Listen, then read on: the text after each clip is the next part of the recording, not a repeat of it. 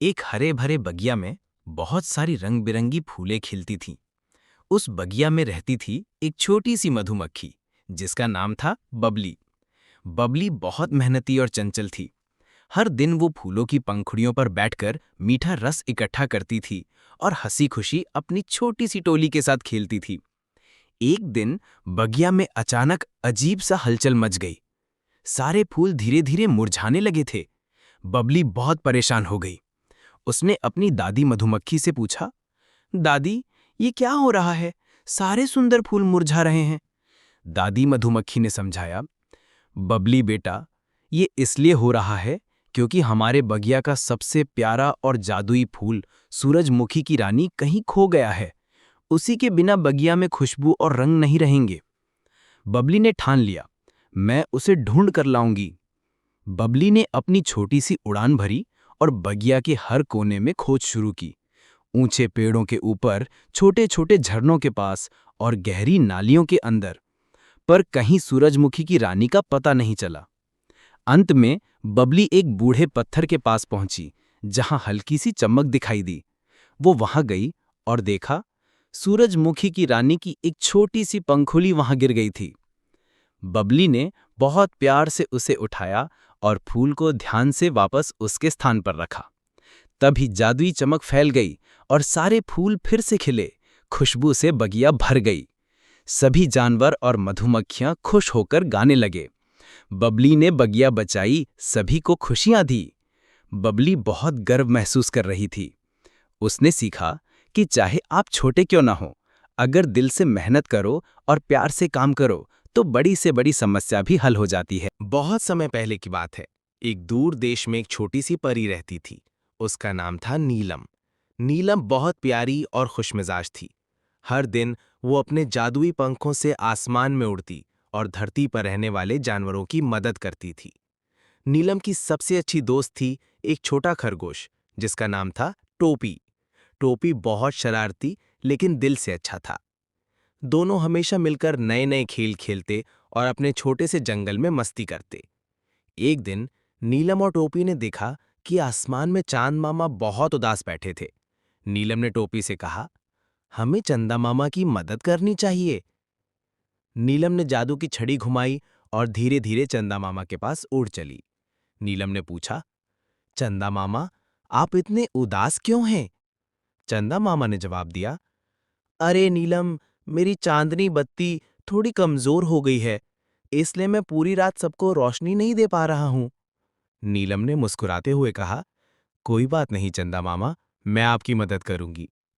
नीलम ने अपनी परी जादू से चांद मामा की चांदनी बत्ती को चमकदार बना दिया।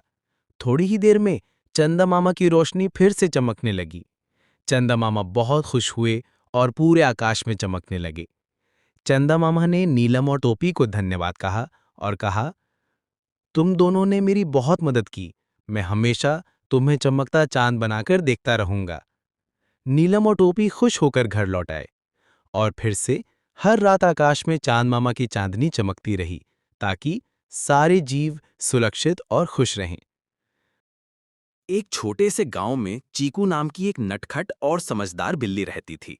वो सफेद रंग की थी, उसकी आंखें चमचमाती थीं और उसकी चाल में एक अलग ही शान थी। चीकू अपने सबसे अच्छे दोस्त छोटू के साथ हर समय रहती थी। छोटू तीसरी कक्षा में पढ़ता था और रोज अपनी पुरानी लेकिन प्यारी सी बाइक से स्कूल जाता था। हर सुबह चीकू घर के दरवाजे पर खड़ी हो जाती और छोटू को जाते हुए देखती। उसकी आंखों में एक ही ख्वाहिश थी, काश मैं भी छोटू के साथ बाइक पर जा पाती। बाइक का सपना। एक दिन चीकू ने हिम्मत करके पूछा, छोटू, क्या मैं तुम्हारी बाइक पर बैठ सकती हूं? छोटू ने हंसते हुए कहा, बिल्ली मैडम, बाइक पर बैठने के लिए हेलमेट पहनना जरूरी है। क्या तुम्हारे पास हेलमेट है? चीकू ने झेपते हुए कहा, नहीं। तो फिर पहले हेलमेट ले आओ, छोटू ने मुस्कुराकर कहा और चल दिया। हेलमेट की खोज। उस दिन चीकू ने ठान लिया, अब तो हेलमेट चाहिए। वो पूरे घर में घूमी, रसोई में गई, कबाड़ में गई और फिर उसे दिखी एक पुरानी प्लास्टिक की कटोरी।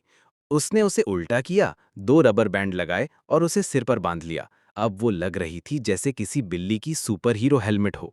अब मैं तैयार हूं बाइक की सवारी के लिए, चीकू ने आईने में खुद को देखकर कहा। गांव में हलचल। अगली सुबह जब छोटू बाहर आया तो चीकू हेलमेट पहनकर बाइक के पास तैयार खड़ी थी। गांव के बच्चे जमा हो गए, कोई हंस रहा था, कोई तस्वीर ले रहा था। छोटू ने कहा, वाह, तुम तो मेरी सबसे समझदार दोस्त निकली। और पहली बार उसने चीकू को बाइक की टंकी पर सावधानी से बिठाया और दोनों स्कूल की ओर चल पड़े। नई मिसाल। अब गांव में सभी बच्चों ने हेलमेट पहनना शुरू कर दिया और सब कहते, अगर चीकू हेलमेट पहन सकती है तो हम क्यों नहीं। चीकू अब गांव की हेलमेट क्वीन बन गई थी। उसे स्कूल बुलाया गया, बच्चों को सुरक्षा की सीख देने के लिए। छोटू और चीकू दोनों स्टेज पर खड़े थे और पीछे बोर्ड पर लिखा था, सुरक्षा सबसे पहले, हेलमेट पहनना जरूरी है। बहुत समय पहले की बात है। एक घने जंगल में सिंघू नाम का एक शेर रहता था। वो बहुत ही ताकतवर और अहंकारी था। रोज जंगल के जानवरों में से एक को मारकर खा जाता था। सब जानवर डर के मारे कांपते रहते थे। फिर एक दिन सब जानवरों ने मिलकर शेर से विनती की, हे जंगल के राजा, कृपया रोज एक जानवर को खाने के लिए बुला लिया करो। हम खुद तुम्हारे पास भेज देंगे, पर कृपया और किसी को बिना बात ना मारो। शेर मान गया। अब रोज एक जानवर उसके पास भेजा जाने लगा। एक दिन बारी आई चिंटू खरगोश की। वो बहुत ही चालाक था। उसने सोचा, अगर मैं ऐसे ही मारा गया तो इससे अच्छा है कि कुछ दिमाग लगाऊं। वह धीरे धीरे चलकर शेर के पास पहुंचा। शेर गुस्से से दहाड़ा, इतनी देर क्यों हुई? चिंटू बोला, महाराज, मैं तो समय पर आ रहा था, लेकिन रास्ते में एक और शेर ने मुझे रोक लिया और कहा कि वो असली जंगल का राजा है। शेर गुस्से से बोला, क्या? मेरे जंगल में दूसरा शेर? ले चल मुझे उसके पास। चिंटू उसे पास के एक कुएं तक ले गया। शेर ने कुएं में झांका तो उसे पानी में अपनी ही परछाई दिखी। उसने सोचा, ये वही दूसरा शेर है, और गुस्से में दहाड़ता हुआ कुएं में कूद गया। शेर पानी में डूब गया। जंगल के सारे जानवर बहुत खुश हुए और चिंटू खरगोश को सबने मिलकर जंगल का हीरो कहा। जंगल का राजा शेर बहुत ताकतवर था। उसे लगता था कि कोई उसका कुछ नहीं बिगाड़ सकता। एक दिन शेर पेड़ के नीचे सो रहा था। तभी एक छोटा सा चूहा उसकी पूंछ पर चढ़ गया। शेर गुस्से में गरजा, कौन है जिसने मेरी नींद खराब की? बेचारा चूहा डर गया और बोला, महाराज, माफ कर दीजिए, मैं गलती से आ गया। मैं छोटा हूँ, लेकिन एक दिन मैं आपकी मदद जरूर करूंगा। शेर हंस पड़ा, हा हा हा, तू मेरी मदद करेगा? तू इतना छोटा है, मैं तो एक दहाड़ में तुझे उड़ा सकता हूँ। लेकिन शेर ने दयालु होकर चूहे को छोड़ दिया। कुछ दिनों बाद शेर एक शिकारी के जाल में फंस गया। वो खूब दहाड़ा, लेकिन कोई मदद के लिए नहीं आया। तभी वही छोटा चूहा दौड़ता हुआ आया और अपने नुकीले दांतों से जाल को काट डाला।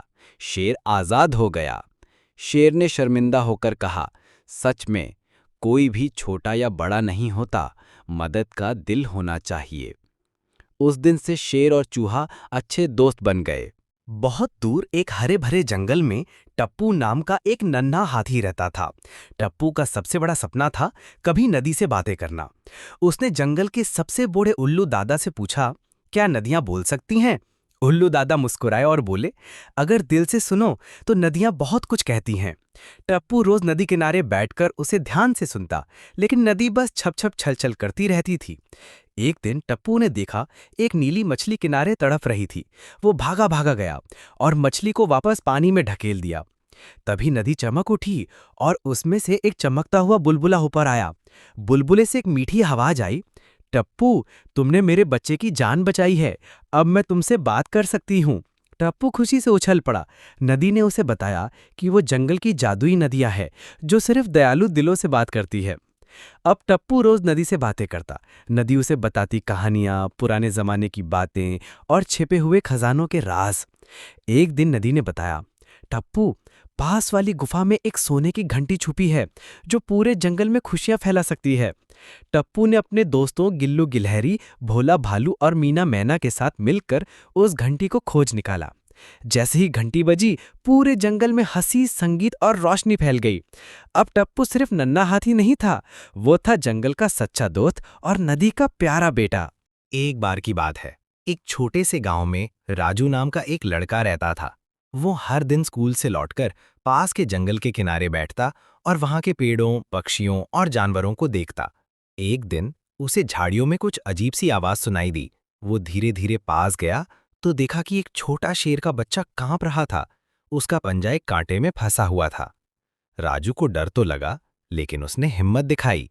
वो बोला, डरो मत, मैं तुम्हारी मदद करता हूं। धीरे धीरे उसने कांटा निकाला और शेरू को पानी पिलाया। शेरू ने प्यार से अपनी जीभ राजू के हाथ पर फेरी, जैसे धन्यवाद कह रहा हो। इसके बाद हर दिन राजू जंगल के किनारे जाता और शेरू उससे मिलने आता। वे दोस्त बन गए। एक दिन राजू जंगल में घूमते हुए रास्ता भटक गया। सूरज डूबने लगा और उसे डर लगने लगा। तभी झाड़ियों के पीछे से शेरू आया। उसने राजू को सूंघकर रास्ता पहचान लिया और उसे गांव तक छोड़ने आया। राजू ने शेरू के गले लगकर कहा, सच्चा दोस्त वही होता है जो मुसीबत में साथ दे।